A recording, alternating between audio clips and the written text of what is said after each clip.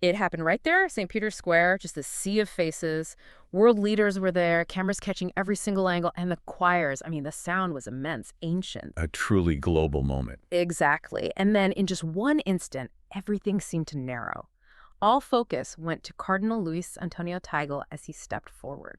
And what he was carrying, well, it's absolutely central to the whole institution, isn't it? The Ring of the Fisherman. Hmm. For centuries, this object, it's not just some piece of jewelry. It signifies, well, not power in the earthly sense, but continuity, a mission. That task given straight to Peter, feed my sheep. It's really a theological statement, you can see. But here's the thing that immediately made people, sit up and take notice. The twist. Instead of the usual way it's done, often a senior cardinal deacon, someone involved in the liturgy. Fine, the standard protocol. It was Cardinal Teigl, Huh. specifically chosen to place that ring on the finger of the new Pope, Leo XIV. And that choice, it just felt so pointed. Yeah. So clearly not routine. It wasn't just simply following the liturgical script. You sensed it was a deliberate decision right there inside a ceremony that's built on centuries of tradition. Which instantly sparked that question, the one that kind of rippled through the crowd and crossed the news later. Why him? Why Teigl? Why this man for this really intimate, deeply symbolic act with the whole world tuned in that setting where every single gesture carries weight? This felt like, well, like a definite signal. Something important is changing. And when Teigl knelt, head bowed, and that new ring, this one showing St. Peter casting his net, like all the ones before it, when it slid onto Pope Leo's finger, the Yeah. moment itself was quiet, very still. Yeah. But the implications, they felt huge. This didn't seem like just picking someone to do a job. It felt more like selecting who would share and carrying the weight of a particular message, maybe a message the church really needs right now. So to really get why that moment hit so hard, you first have to unpack the Ring of the Fisherman itself. It's so much more than just papal bling. Oh, absolutely. It's a direct line, historically and theologically, straight back to the founding of the papacy itself. It embodies the Pope's role, not as some kind of king, but as the successor to Peter, called, like Peter was, to be a fisher of men, casting nets into the deep and often, let's face it, uncomfortable waters of the world. And that call, it's rooted right in Scripture, isn't it? You've got Matthew 16, Jesus saying, "You are Peter, and on this rock I will build my church. I'll give you the keys, whatever you bind on earth." That's the authority piece. That's the authority, yes. But it's fascinating when you place that right alongside Luke 22. The night before he dies, Jesus says to Peter, "I have prayed for you, Simon, that your faith may not fail, and when you have turned back, strengthen your brothers." When you have turned back, not if. Exactly. Not if Peter fails, but when he fails. Jesus knew Peter would deny him, would stumble badly. And yet he still gives him this immense responsibility. So the authority isn't handed to the perfect guy. Not at all. It seems it's given to the faithful, yes, but even the deeply flawed faithful. The ring itself is like a tangible reminder of that really complex inheritance. And what's also incredibly symbolic, I think, is the ring's life cycle. It's not like a crown passed down through generations. No, it's unique. After a pope dies, the ring he wore is ritually destroyed, usually defaced or even smashed with a special silver hammer. That ritual feels so deliberate, so powerful. What's the message there? It's a profound statement, really. It says this authority isn't a personal belonging. It's not some kind of dynastic right. It's a responsibility given for a specific time. It belongs to the office, not the man who happens to hold it. And then a new pope gets a new ring, A completely new ring is crafted, yes. signifying a fresh start, a clean slate. Precisely. A new beginning, a new call to mission, and, yeah, symbolically, you could say a new cross to carry. And the public act of placing it during the inauguration mass. That moment is just loaded with liturgical significance. It's the physical act of stepping into that ancient line, stretching back through Peter all the way to Christ. It's a sacred promise made right there in front of everyone. Okay, so that's the ring. Deeply significant. Now let's talk about the man whose hands actually placed it, Cardinal Teigl. He's hardly an unknown figure in the church. Far from it. For a long time now, he's been seen as a really significant moral voice, often called the conscience of the church in Asia. And you're right, in many circles, he was widely talked about as a potential papal candidate himself.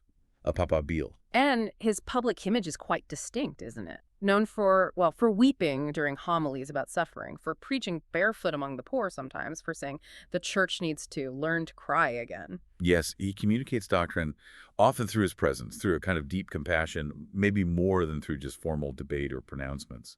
Which sets up this really interesting dynamic, doesn't it? The man many thought might be receiving the ring is instead the one kneeling to give it. It's a powerful image.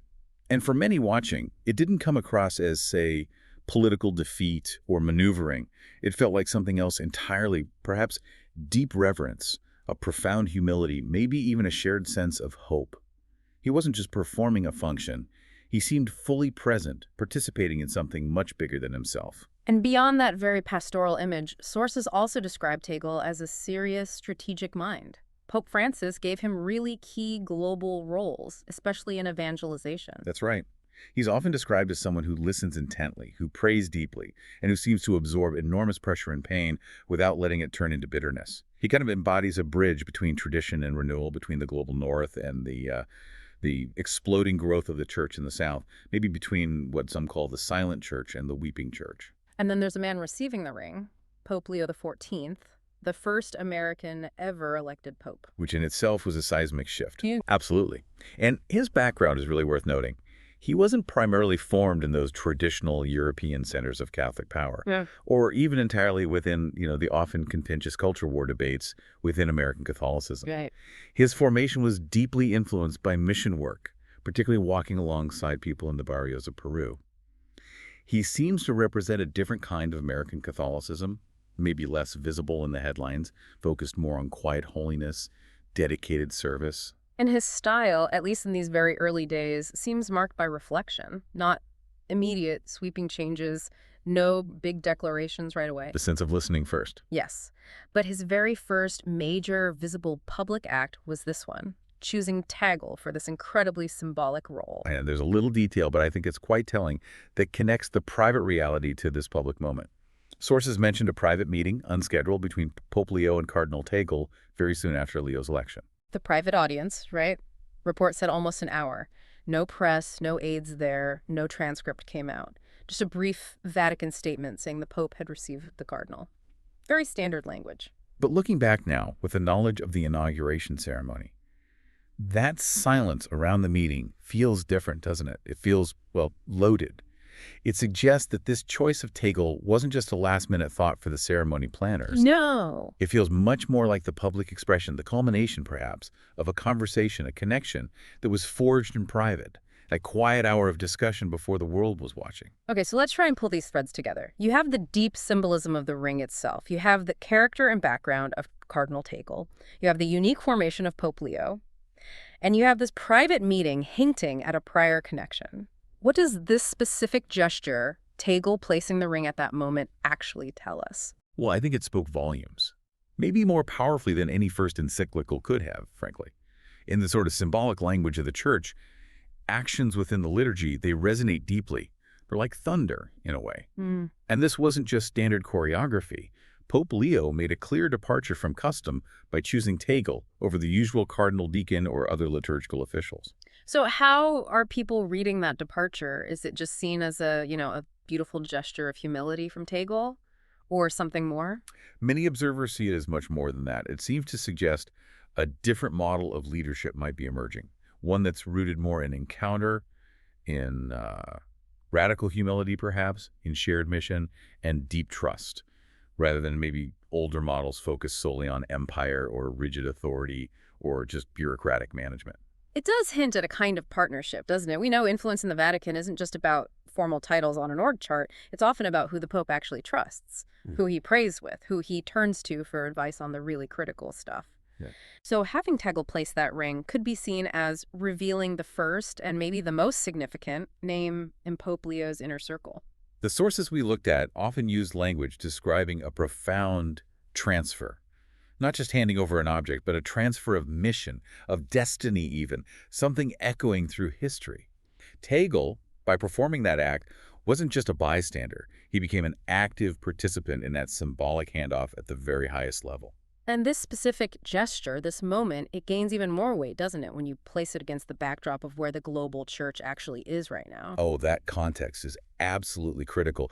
You really have two starkly different realities unfolding simultaneously. In the West, Europe, North America, you see the struggles. Shrinking parishes, declining vocations, a growing sense of indifference, pews emptying not necessarily out of anger, but sometimes just drifting away. Yeah, a quiet fading for some. Well, in the global South, you mentioned the Philippines, Nigeria, Peru, places like that. The church is often vibrant, it's growing, it's alive, with this palpable faith, with color, sound, energy. There's a real hunger for the sacred. And the image on the steps of St. Peter's, it seems to capture that contrast and connection perfectly. Doesn't it just? Oh. You have a key leader from the global South where faith is visibly thriving. That's Tagle, handing the primary symbol of the universal church's authority to an American pope, Leo. But an American pope whose own deep formation happened through his mission work in the South, in Peru. It feels less like a coincidence and more like, well, like a pattern, a signal, maybe, about where the spiritual energy and vitality are flowing from in the church today. Some commentators are even calling it a transfer of heart. And the challenges facing the church globally are immense. We know this. Secularism, deep internal divisions, conflict around the world, poverty, suffering. How does this new leadership, signaled by this moment, seem positioned to face all that? Well, Pope Leo's first homily, given right there during that same inauguration mass, offered a pretty powerful first clue. The message wasn't one of, fire and brimstone or defensiveness. No. It was centered really powerfully on love. But not a passive, sentimental kind of love, was it? He talked about love as being almost like a surgical fire, a divine fire, something that actively cuts through hatred and indifference. His central phrase was, "This is the hour for love." And he stressed that unity doesn't mean erasing differences. It means valuing them, holding them together within the one body. And the church's core job, he insisted, is to bring healing and mercy into the messiness of the world, not to sort of retreat into a safe, protected bubble. That sounds like, well, less like a defensive strategy and more like a potential blueprint for deep spiritual revival, the call for conversion, maybe starting with the church itself needing to convert again, seeing the church not as a fortress under siege, but as leaven in the dough, Right. a seed of unity and communion in the world. And you can really hear his background in that, can't you? Having walked the ground in places like Peru, he knows poverty and suffering firsthand. When he named the wounds of the world in that homily Gaza, Ukraine, the poor he lived among, he don't talk about them like abstract political issues. He called them attacks on our family. It's a profoundly different framing. It implies relationship responsibility. Exactly. It's a radical call to presence, to a love that doesn't just analyze from afar, but actually enters the mess, sits with those who are suffering, listens to the angry, walks alongside the forgotten, asking that fundamental, maybe terrifying question, how can I serve you? And he framed this not as some optional ministry for specialists, but as the very identity of what it means to be the church. His early words and actions seem grounded more in character, in witness, rather than relying on, say, charisma or a need to dominate the stage. Yeah. Maybe the institution, and the world, frankly, are tired of performances and craving that kind of authenticity. So if we bring it all together, then the weight of that ring, these two specific men, the unexpected gesture, that hint of a private connection, the backdrop of the global church, and Pope Leo's first words. What does this seem to signal for the direction of his papacy? Where might this be heading? It seems to point strongly towards a shift towards witness over pronouncements, perhaps, towards vulnerability, maybe even surrender over defensiveness, towards integrity, towards a faith that isn't afraid to be, well, a bit dangerous, willing to step into the messy places. Less focus on just preserving an institution for its own sake. Yes, and more on rediscovering how to be a church that actually, helps save souls. Less about building stronger institutional walls and more about becoming a holier people. The Ring of the Fisherman, seen through this lens, it becomes both things, doesn't it? A stark warning, maybe, about the challenges secularism, people falling away, but also a profound message of hope that God is still calling, that the gospel's power is still active, often in places we don't expect. And this idea you mentioned of leadership emerging from wounds, not just from established power structures, that feels incredibly significant. Pope Leo has walked among those wounds. He knows them. Yeah.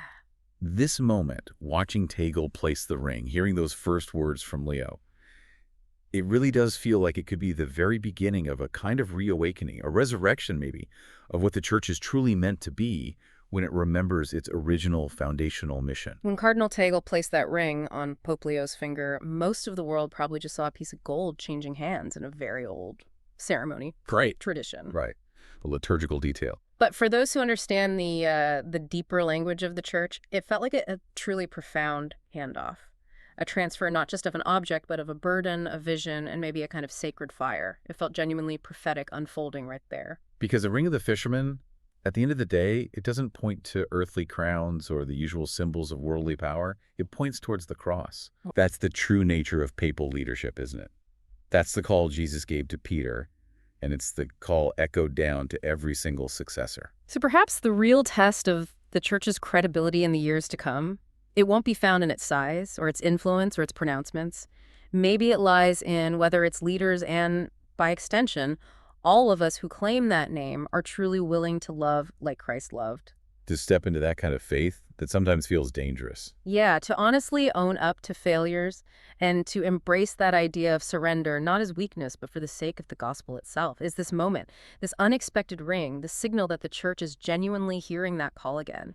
And what might that mean for you, watching all this unfold from wherever you happen to be?